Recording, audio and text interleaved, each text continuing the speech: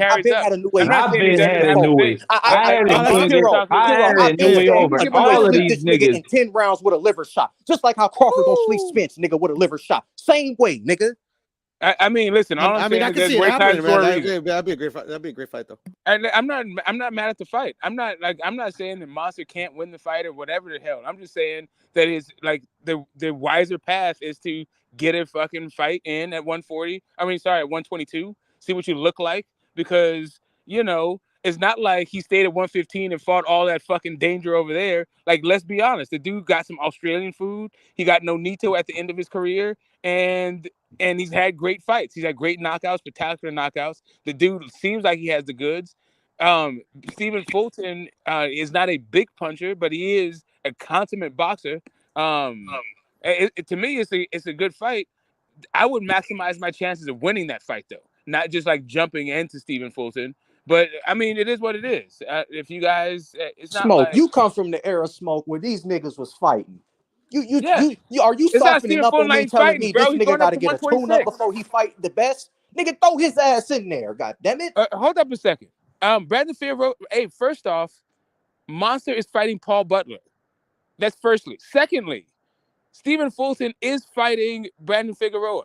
That's what's happening. Like, regardless of like what the hell it is we want to have happen, like that's literally Monster is scheduled for a fight, and the other one is like picking a date. So like, and the other one, like I said, is at featherweight. It's like a complete like 2 weight classes above where Monster is fighting right now.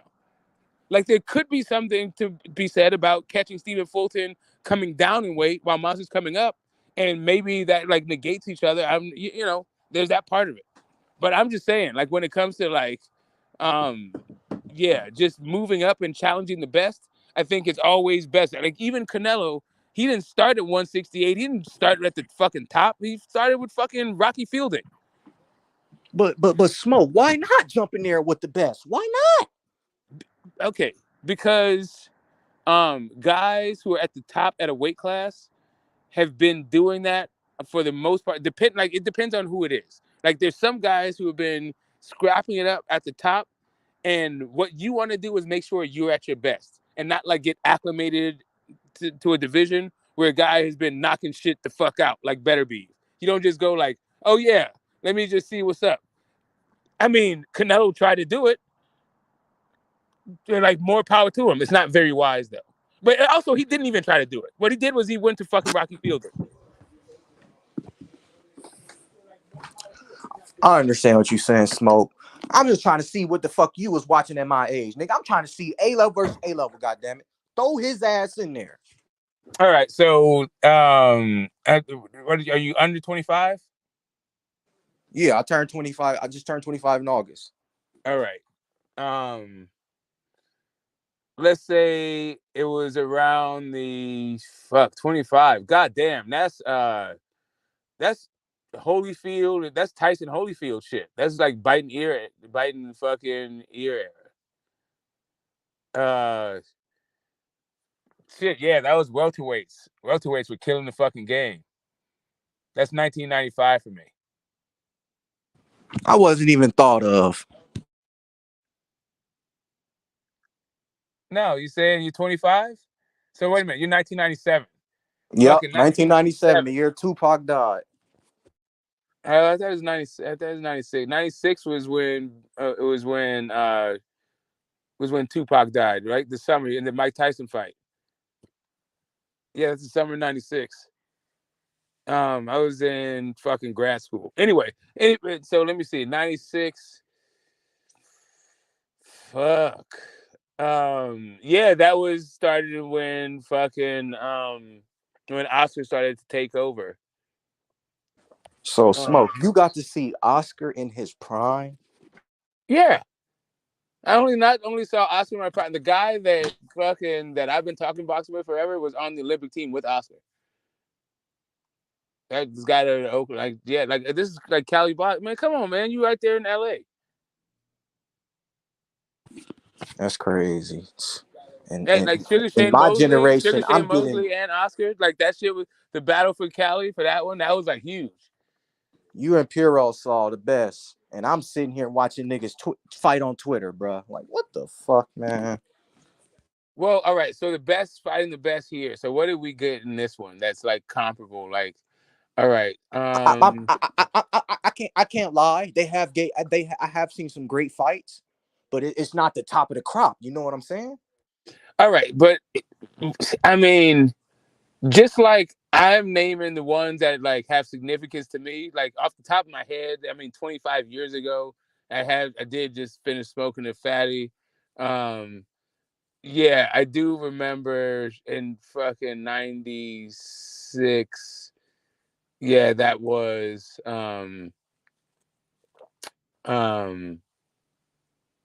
that was a couple of fights there. That was the one I just said. That was the rise of goddamn. That was the rise of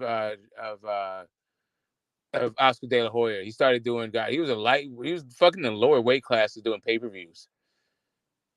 That was like that was Evander Holyfield, Riddick Bowe. Yo, That's Riddick Bowe. Smoke. Yeah, Why that's do Riddick Bowe Oscar promote Galata. the way he promote? So why do Oscar promote the way he promote when he went through the gauntlet? Like, I'm confused. Why he protecting these niggas?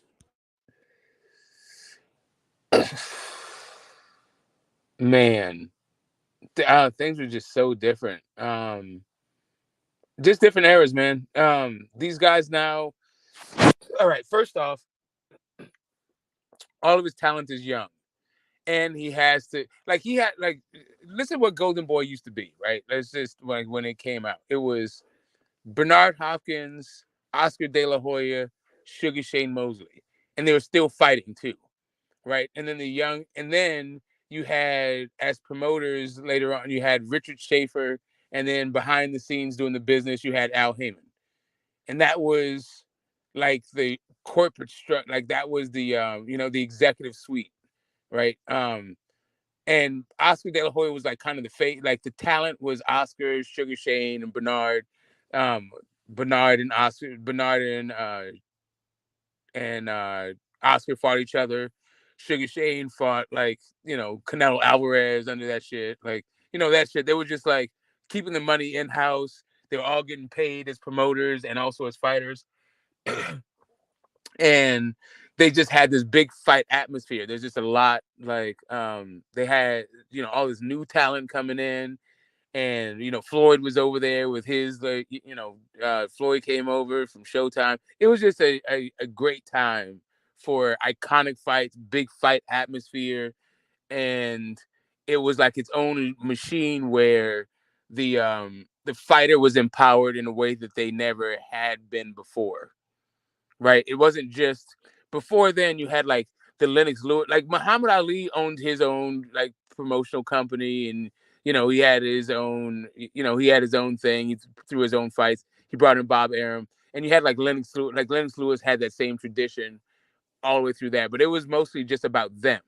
When it came to Golden Boy, it wasn't just about Oscar. It was about all the fighters. Like he just had a bunch of fighters who were also getting ownership rights and getting like promoter checks and all that other stuff. So it was just like it was a little bit unprecedented, and the energy was they you just didn't see that kind of energy since really like Mike Tyson was like the first kind of like hip hop guy. Like I don't know, like he was like part of the a cultural vanguard, and this was like the second coming of that. And it was like it was multicultural. It was like I said, the labor were also owners. The fighters were also owners, and it was great fights. And yeah, we just don't. There's no equivalent to that. Like PBC is like kind of the closest to that thing, and those guys are just what is it? They went too far to the side of cutting out the middleman who's the promoter without adding the talent of being a promoter. Like the events don't just have that cachet. They don't capture your imagination. There's like other fights you'd rather see, that kind of stuff. See, my thing is, you just said Lennox, Ali had their own promotional company and shit. So it's like, how can them men do that in the era of racism and all that? And we don't have that today. And these motherfuckers ain't smart enough to do that. Like, I don't get it. They are. They just don't. they just don't have the talent, right? Like that's the thing. Like promoting is not just cutting out somebody's 20% and being able to, like sign a couple of contracts. Like really, it's being able to like throw an event that people want to like, that captures the public's imagination. At the end of the day, it's the entertainment business, right? And that's where these guys like the Charlos, the Tank Davis has been good, but he's been with Floyd this whole time, who really understands this, right? Like Floyd, if you say anything about Floyd Mayweather, it's big fight atmosphere. Like these other guys, they just don't know. They try to pull it off. Tank has been the closest person to do it. Wilder's been good. Wilder did it. Canelo's done it. But that's about it. AJ did it. AJ. Well, Wilder and Fury did it, but they did it like together. Now, AJ, Wilder kind of did it by himself too. Wilder just did it. So when Canelo retire, who's going to be the face of boxing? Because the sport gonna always go on. So who's going to be the face of the sport? It's hard to say that there is a face of the sport. Like if there was a face, it would be Canelo. But Canelo, shit, he doesn't behave.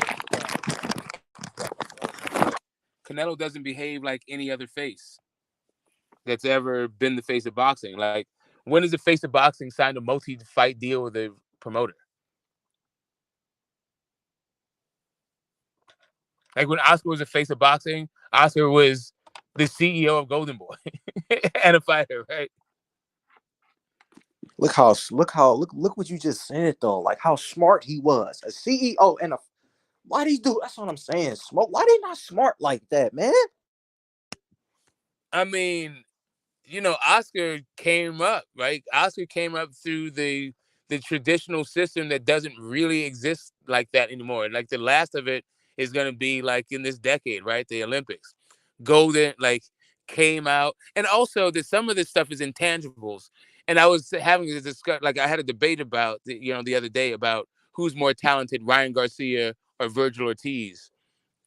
And I think Ryan is. Not to cut you off, but I think Ryan is. Of course, I was arguing for Ryan. It was like a Texas versus Cali thing, anyway. But anyway, I was arguing for Ryan, and I was talking about like the idea that you have this marketability, like that's also a talent. This is like the intangible things you need to be a fighter in the modern era. You have to be able to not just fight and whoop a bunch of ass, anybody's ass. You also have to be able to be attractive to sponsors and broadcasters. So like, so that your fights are seen by any fucking body, right? And yeah, I don't know. It's a like Oscar had that kind of thing where he not only did he have the intangibles like the Sugar Ray Leonard kind of thing, but he could also whoop a whole bunch of fucking ass. So he was the networks, the promoters, the sponsors' dream. Like Sugar Ray Leonard when me growing up, Sugar Ray Leonard was ubiquitous. You could not go anywhere without seeing that dude. He was on Wheaties boxes. He was hawking this fucking thing like on every goddamn commercial. Like, and Oscar had a little bit of that, like to a lesser degree. And Ryan has what Oscar had to an even lesser degree. Like, Yeah, because I was gonna say the only two people I've seen that's a boxer on the commercial is Canelo and Ryan. So I've seen some UFC people, right? I did that. Woo, woo, woo. Is that Modelo? Yeah, Modelo has some UFC people. Let me think. Boxers on so George Foreman had grills. Muhammad Ali was like Decon Foregon, that like bug and roach spray. He had a whole bunch of shit. He hawked everything. Fucking fight. And then you have Marvin Hagler, who did the Right Guard commercials. Anything else would be malodorous.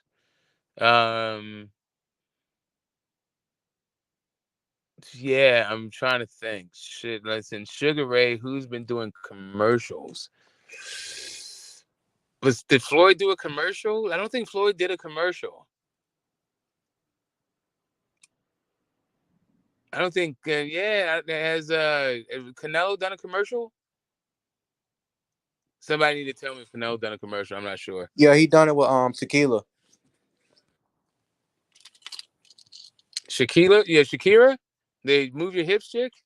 No, I was saying Canelo did a commercial with Tequila. Oh, tequila. The drink. Was Yeah. it his own drink? I don't know if it was his own drink, but I seen him on the commercial a few times. Yeah. Yeah, to that end, like if he's hawking his own shit, then that's a little bit different. But at the same time, like it's still boss, right? It's still kind of player. So I'm not gonna take too much off the top. Like if he it's one thing to be hawking somebody else's shit, but it's another thing to be hawking your own shit. Like I saw Conor McGregor on the Burger King commercial, right?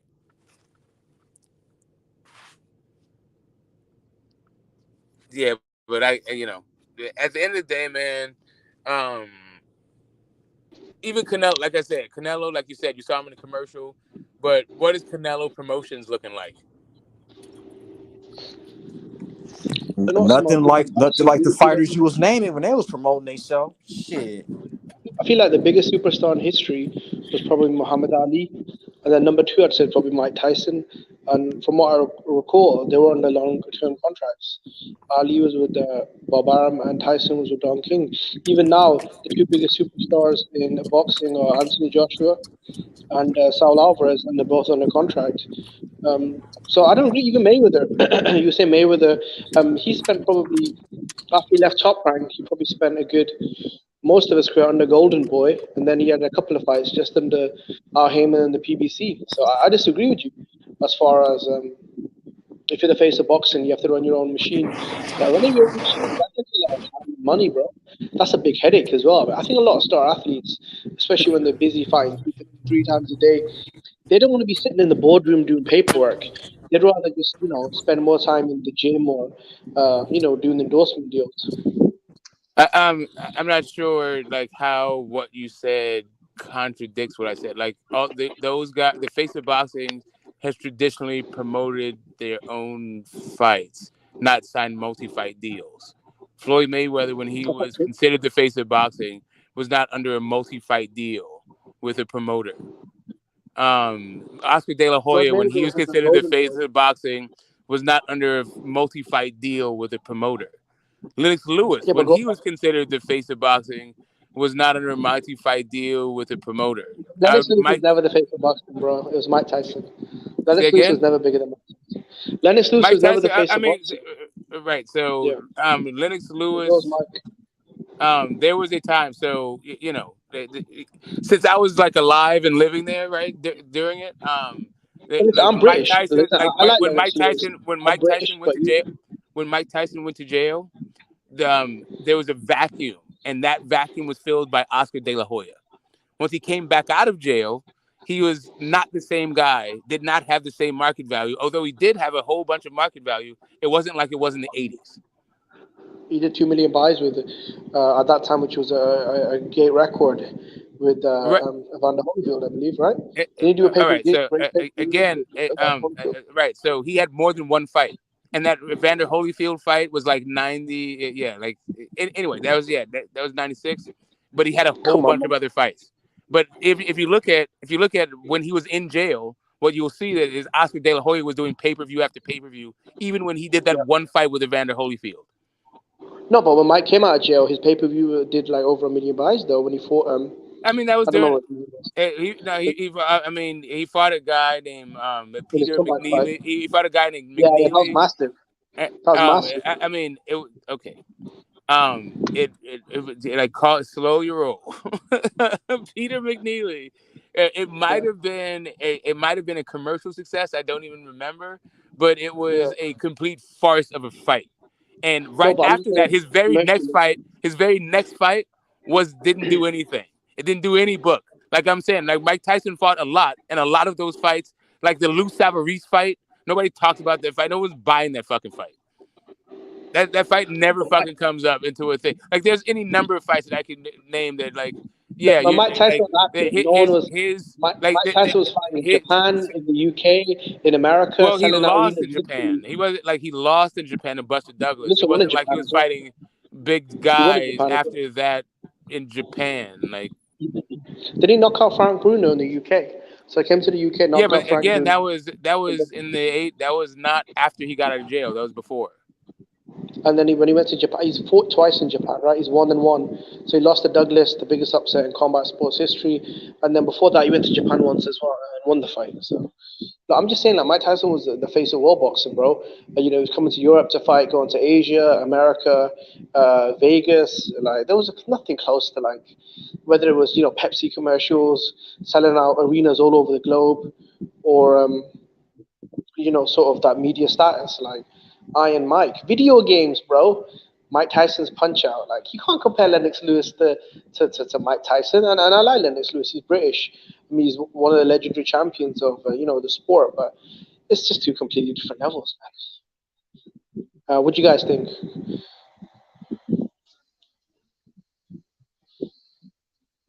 Do you guys think Mike Tyson and Lennox Lewis are on the same level as far as superstars? I don't think so. Come on, Jimmy, man. Come on, Jimmy, man. Can't you? Are you more electrifying than The Rock? Is that Cassidy? Yeah, It just says nigga. the brain, bro. Yeah, So I don't know. nigga. Yeah, nigga. Yeah, Yeah, that's what nigga. Smoke said. Smoke said Lennox Lewis is a bigger star than Tyson. Come on, bro. That's not. No, Smoke. I don't think Smoke said that. You know what I'm saying? I don't think he said that because he should know that. Nah, That is hell more no. than me. Smoke. Man. What the hell y'all listening to, man? Smoke did not say that. So I'm saying Smoke didn't say that. Matt Tyson had the Tyson Punch Out and his face is on cereal boxes and shit. No. He was saying that he was the face of boxing for a while, and I was saying that what about when Mike came back and he's like, so I don't know. No, Yeah, for a maybe. period no, I can't lie. For a period of time, he was the face of boxing. He was the face that for a period of time, a short period of time, he was the face of boxing. Mike was. I mean, it's something Now, special. after Mike Tyson came out of jail, you get me, and he was all fucking out of shape, and he got fucked up a couple times. He was not. He was done. He was done. I have to be honest, I don't even think guys like Floyd Mayweather or Manny Pacquiao kind of reached the Mike Tyson level. Everyone knows who Mike Tyson is, bro. Like, Pacquiao, no, not Pacquiao. Nah, because Tyson was just getting knockouts, man. First round knockout, you going to sit down in your seat for 10 seconds, he's knocking you out. So it's a bit different still. No. They wasn't on that notoriety level. No, not that type. I told you, Matt Tyson, Michael Jackson, and Michael Jordan, those were the guys in the 90s. Those are the guys in the early 90s. I'd say in the UK recently, Anthony Joshua came close. Because Cassidy, you're in the UK, right? You go to the fucking store, yeah, to get something to eat. You'll see fucking Anthony Joshua holding up Lucasade. You go to buy trainers, bro. You got Anthony Joshua, a poster in JD. Like, he's everywhere. You go to like a shop to buy a laptop. Is Joshua holding on a poster holding Beats by Dre? Like, See, that's Anthony not. Joshua. That's not out here, Jimbo. Out here in America, the top athletes they sponsor is from different sports. Like football, basketball, baseball. They don't market like how you see AJ everywhere. They don't do that out here in America, bro. Yeah. But it's not the same for Fury though. I think it's Man. No, weird, but man. I over don't there, believe it. you should be able to see. No, over there, when you go into the trainer stores with this shit, you should be able to see it like fucking Wilder and all this shit. You should be able to see fucking Errol Spence. No, You should be able to see Bob Crawford on fucking. Yeah. You know that shit's over there. It don't make no sense. Now in America, it's football, don't it? You guys, right, Rodney? Football is the big thing up there, right? Yeah, football, Yeah, basketball, football still. baseball. The football guys though. Shit, Jimbo Cash. They sponsored the soccer players more than they sponsor and market a boxer. No, that's crazy. Yeah, that's true. Even in the UK, I'd say soccer is probably the number one sport. Hey, Rodney, what Rod? What do you know who Gareth Bale is? You said Gareth Bale? Yeah. No, who's that? No, he just plays soccer over there. He plays for the LA, I think the LA Los LA Angeles Galaxy? Yeah, I think so. LA Galaxy or the other LA team. No, I ain't gonna lie. Only time I watch soccer is when the FIFA. I don't watch soccer. Oh yeah, no. But Gareth Bale, he used to play for fucking Real Madrid, innit? So he's just a big guy over there, innit? So you get me? He's more known than all the boxers over there. You know what I'm saying? And he shouldn't be. Hey, you know it's crazy, nigga. Regis and Zepeda just fought out here on Saturday, right? Nigga. No one speak about it. Nigga, no, I'm out here in L.A., bro. Nigga, I'm at the USC game. Nigga, 70,000 in the stands, bro. Come on, man. Oh, you support USC, yeah? Yeah. Hey, Jimbo, Cass, I'm at the college football game. Yeah, I Nigga, was watching the 70,000 in USC that game. bitch. Yeah, Huh? I was at the USC. I mean, I wasn't out there, but I was watching that with the family. It was my mom's birthday, and we had the family over there watching. My cousin went to SC. Okay. So yeah, Let me we see. were there. Yeah, that's your Yeah, my live, cousin went Smoke. to SC. So yeah, the Notre Dame beat down. You know, I also went to Catholic school for university. I went to Georgetown, so we had that Notre Dame rivalry also there. But